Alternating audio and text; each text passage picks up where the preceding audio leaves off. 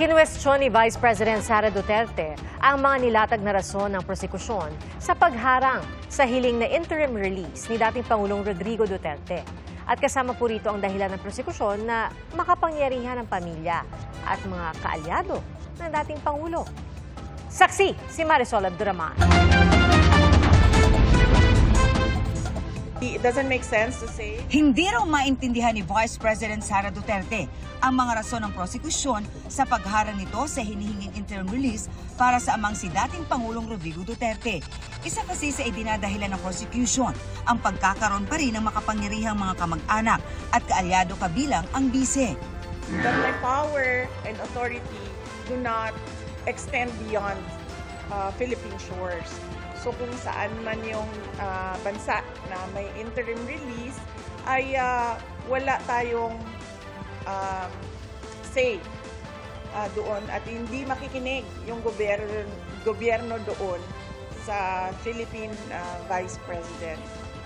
Ipinunto rin ng prosecution ang mga pahayag ng kanyang pamilya. Dapat siguro ang kanilang pinagbabasihan lang ay yung actions and sinasabi ng akusado, hindi at kung ano yung sinasabi ng country where he will be released to. Kasama sa kondisyong inilatag ng International Criminal Court para mabigyan ng interim release ang isang akusado, masigurong hindi nito mahaharang o mailalagay sa panganib ang investigasyon. He never did anything against the witnesses.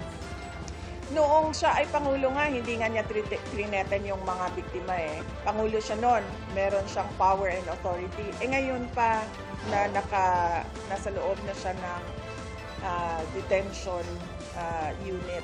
And lalo na kapag nasa ibang bansa na siya. Nasa Pampanga ang bise para sa pagdiriwang ng kasarilayaan ang taunang selebrasyon ng Office of the Vice President para sa Pride Month. Kagagaling lang niya ng Australia para sa Free Duterte Rally kasama ang mga Pilipino doon.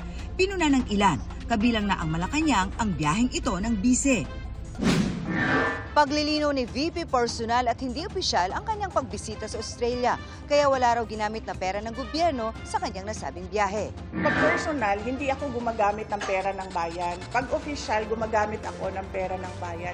Hindi ibig sabihin na personal na lakad yan ay holiday o pamamasyal yan. Pero nagtatrabaho pa rin ako. Para sa GMA Integrated News, Marisol Abduraman, ang inyong saksi. Mga kapuso, maging una sa saksi. Mag-subscribe sa GMA Integrated News sa YouTube para sa iba't ibang balita.